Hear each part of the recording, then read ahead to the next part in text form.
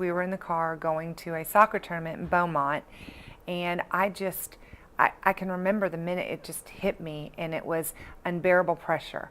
And people describe it as an elephant on your chest. You know, I kept saying, I feel like I have a car on my chest.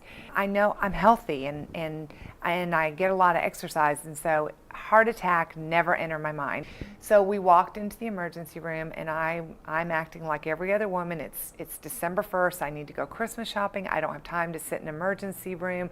There's nothing wrong with me. And my husband said, my wife's having chest pains, and they took me back immediately, and they did an EKG. I was having a heart attack, and within 20 minutes I was in a life flight helicopter. And they brought me to Memorial Hermann, Texas Medical Center, and that was where I was lucky enough that Dr. Smalling was on call.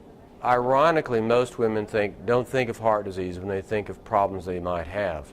But in fact, heart disease and stroke is the #1 cause of death in women. If you go to the emergency room or the paramedics come and you're having these symptoms, make sure they do the electrocardiogram. Make sure they hook up all the leads, there's 12 of them, to your arms and your legs and across your chest, and make that little computer look at your heart, because the computer can diagnose heart attacks with about 98% accuracy. We found out that I have a hole in my heart that was never detected.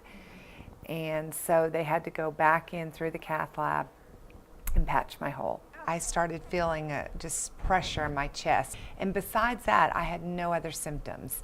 If also the pain goes up into the neck, that's a problem. If it goes down the arm, that's potentially a problem. Then you might want to consider going to the emergency room or calling 911. And everybody knows the typical symptoms that you look for. What I've learned is, you know, everybody's different. There aren't really typical symptoms. It can affect you differently, and even if you don't have any risk factors, you can still be at risk.